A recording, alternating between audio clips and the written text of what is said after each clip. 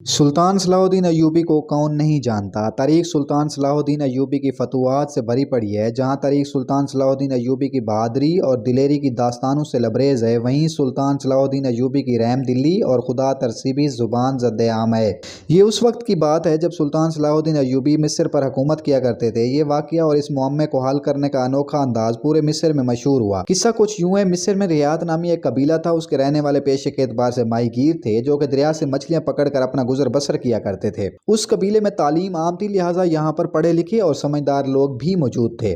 उस वक्त एक नामी ग्रामी माहीगीर मूसा हुआ करता था, जो कि अपने पेशे से बड़ा माहिर समझा जाता था। एक दिन मूसा दरिया में माहीगीरी कर रहा था। उसने मछलियां पकड़ने के लिए दरिया में जाल फेंका हुआ था। जब उसने जाल को खींचा तो उसको जाल बहुत भारी महसूस हुआ। उसने जाल को खींचकर कश्ती पर उठा लिया। उसको जाल में एक थैला नजर आया। वो थैले बहुत खूबसूरत, निहायत कीमती और अपनी बनावट के लिहाज से इंतहाई दिलकश मालूम होता था। माहीगीर खुश हो गया कि शायद उसकी किस्मत उस पर मेहरबान हो गई है और उसके हाथ कोई खजाना चढ़ा है। उसने तेजी और बेसब्री से थैले को खोलना शुरू किया। खोला तो उसमें से सुर्ख ईंटें निकलना शुरू हुई। छठी और आखिरी ईंट के बाद जो निकला उसने माहीगीर के होश उड़ा दिए। पहले तो मूसा माहीगीर डर गया, क्योंकि थैले में किसी औरत के कटे हुए बाजू थे। मूसा माहीगीर पहले तो सोचता रहा, फिर उसने बाजुओं को थैले में डालकर थैले को दरिया में फेंकने का सोचा, लेकिन फिर उसने कुछ सोचते हुए बाजुओं को दोबारा से थैले में डाला और कश्ती को किनारे की तरफ मोड़ लिया। सुल्तान सलाहुद्दीन अय्यूबी की तरफ से इजाजत थी कि कोई भी जरूरतमंद बिला झिझक उसके दरबार में जिस वक्त चाहे आ सकता है। यही वजह थी कि मूसा माहीगीर ने उस थैले को सुल्तान सलाहुद्दीन अय्यूबी के दरबार में पेश करने का फैसला किया।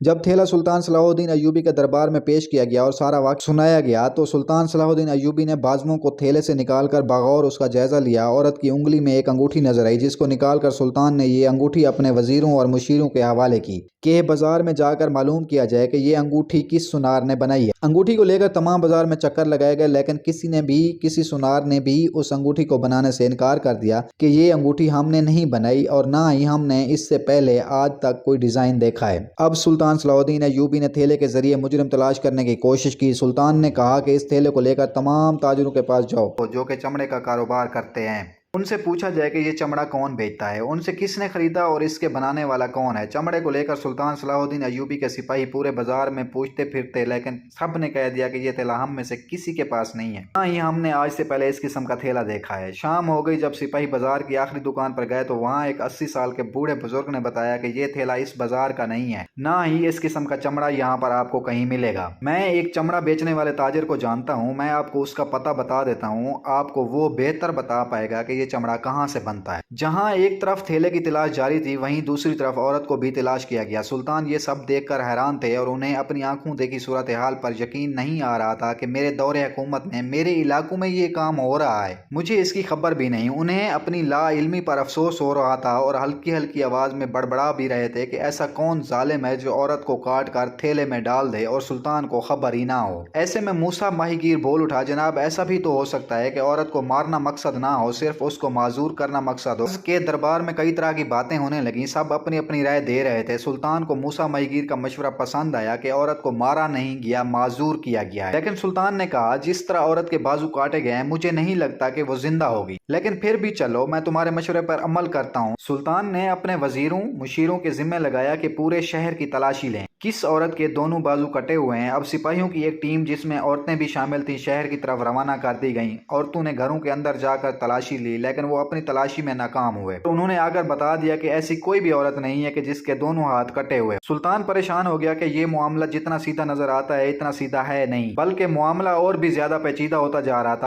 अब जैसा कि एक 80 साल बूढ़े दुकानदार ने चमड़े का बताया था कि उसका ताजिर फलां जगह पर है, तो अब सुल्तान के खास सिपाही अली बिन सुफियान इस चमड़े के ताजिर की तलाश के लिए निकल पड़े। जैसे ही वो चमड़ा बेचने वाले ताजिर के पास पहुंचा, उसने इकरार किया कि हाँ, ये चमड़ा बहुत कीमती है और इसको हर कोई नहीं खरीद सकता और ये पूरे शहर में सिर्फ मेरे ही पास होता है। अली बिन सुफियान ने उससे कहा कि पिछले 2-3 दिन में तुमसे कौन ये चमड़ा खरीद चुका है। ताजिर ने बताया कि एक शख्स है जिसने मुझसे 2-3 दिन पहले इस चमड़े को खरीदा है। अली बिन सुफियान इस आदमी का पता लेकर उस आदमी तक पहुंचा, तो उस आदमी ने भी इकरार कर लिया कि हाँ, ये चमड़ा मैंने खरीदा है और इसका मैंने थैला बनाया है और इसमें सामान भरा और मैं कश्ती के जरिए एक किनारे से दूसरे किनारे सामान फरोख्त करने जा रहा था कि मलाह को मेरा ये थैला पसंद आ गया। उसने कहा कि ये मुझे ऐसे ही मजबूत और खूबसूरत चमड़े की तलाश है कि मेरी मशक टूट चुकी है, मुझे पानी भरने में तंगी होती है, मुझे ऐसा चमड़ा ला दो कि मैं मशक बना सकूं। मैंने उसको अपना ये थैला तोहफतन दे दिया और जब मैं उतरा तो उस मलाह ने मुझसे कश्ती का किराया नहीं लिया। उसने کہا کہ آپ نے مجھ پر احسان کیا ہے، میں آپ سے کرایہ نہیں لے سکتا۔ یہ بات کرتے ہوئے ہم دونوں ایک دوسرے سے جدا ہو گئے۔ تاجر نے کہا کہ آپ یہ سب مجھ سے کیوں پوچھ رہے ہیں؟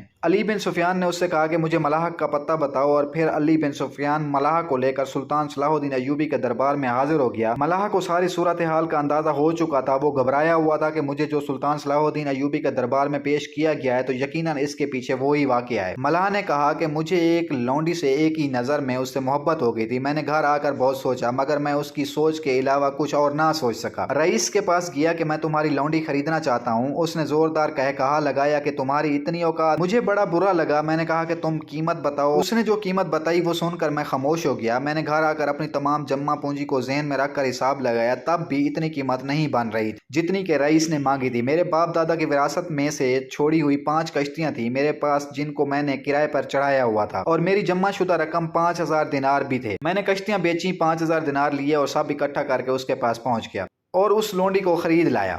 اس سے نکاح کیا اور گھر بسا لیا۔ 6 مہینے گزر گئے، سب کچھ ٹھیک ٹھاک چل رہا تھا۔ میں نے ایک کشتی کرائے پر لی، اس سے اپنی زندگی بسر کرنے لگا، اور ساتھ ہی میں نے تھوڑے تھوڑے پیسے جوڑ کر ایک کشتی بنا لی۔ ایک رات میں اور میری بیوی سوئے تو صبح اٹھا، میری بیوی موجود نہیں تھی۔ میں نے اس کو پورے گھر میں اور ارد گرد تلاش کیا، وہ کہیں نظر نہ آئی۔ میرے دل میں شک پیدا ہوا۔ میں رئیس کے کوٹھے پر گیا، مجھے وہاں پر وہ گانا گاتی سنائی دی۔ اسی طرح محفل جمی ہوئی تھی۔ مجھے بہت غصہ آیا۔ میں نے رئیس سے بھی بات کی، اس عورت سے بھی بات کی، لیکن انہوں نے میری طرف کوئی توجہ ہی نہیں دی۔ اب میں سوچ میں تھا کہ میں کس طرح ان سے بدلہ لوں، کیونکہ وہ عورت اصل میں اس کی بیوی تھی، اور رئیس ہر تھوڑے عرصے بعد یہی کام کرتا تھا کہ کسی کو اس کو بیچ دیتا تھا۔ میں ان سے بدلہ لینا چاہتا تھا کہ میری زندگی کی ساری جمع پونجی میرے ہاتھوں سے لٹ چکی تھی۔ ایک دفعہ رئیس اور اس کی بیوی دریا کے کنارے سے گزر رہے تھے۔ میں نے ڈنڈے مار مار کر رئیس کو بے ہوش کر دیا اور عورت کے بازو کاٹ کر تھیلے میں ڈال کر اس کو دریا میں پھینک دیا۔ اس عورت کو وہیں کنارے پر زمین میں دفنا دیا۔ سلطان کے دربار میں سناٹا طاری ہو گیا۔ پھر سلطان نے کہا، میں مانتا ہوں کہ تمہارے ساتھ زیادتی ہوئی ہے، لیکن پھر بھی تمہیں اس طرح نہیں کرنا چاہیے تھا۔ اب سلطان نے ملاحہ کے خلاف فیصلہ سنا دیا کہ اس کو پھانسی دے کر سر عام لٹکا دیا جائے تاکہ دیکھنے والے عبرت حاصل کریں۔ کہتے ہیں کہ 10 دن تک ملاحہ کی لاش درخت سے لٹکتا رہا۔ آتے جاتے ہر چھوٹے بڑے بوڑھے مرد سب نے دیکھا۔ یہ واقعہ مصر میں بہت زیادہ مشہور ہوا۔